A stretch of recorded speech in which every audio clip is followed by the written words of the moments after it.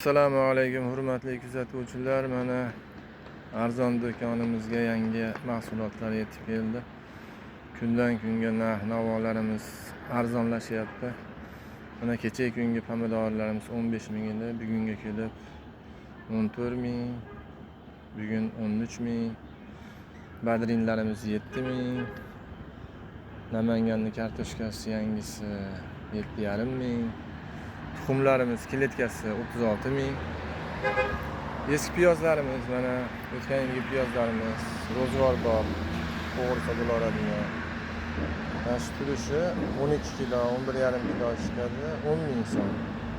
Yangi piyozlarimiz mana 1700 so'm. Mana pomidorlarimiz mana 13 ming so'm kilosi. Mana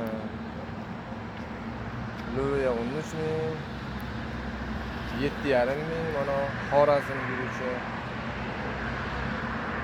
alanga guruchimiz 11 ming, grechka 9400 so'm, kartoshkalarimiz 7,5 ming, makka 5,5 ming, Surxondaryo kartoshkalari 5,5 ming.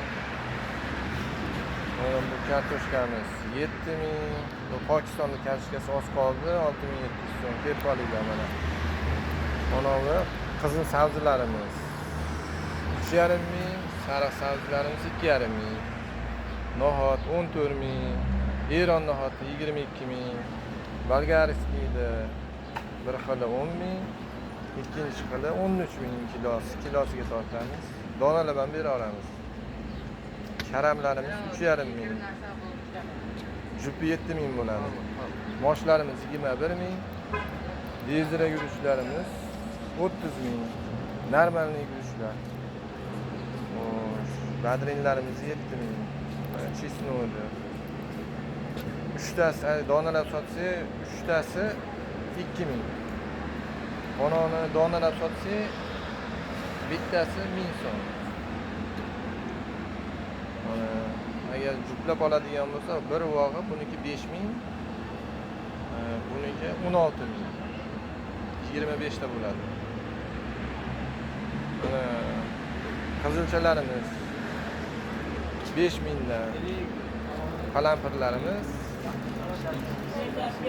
hop jupi 1,5 ming.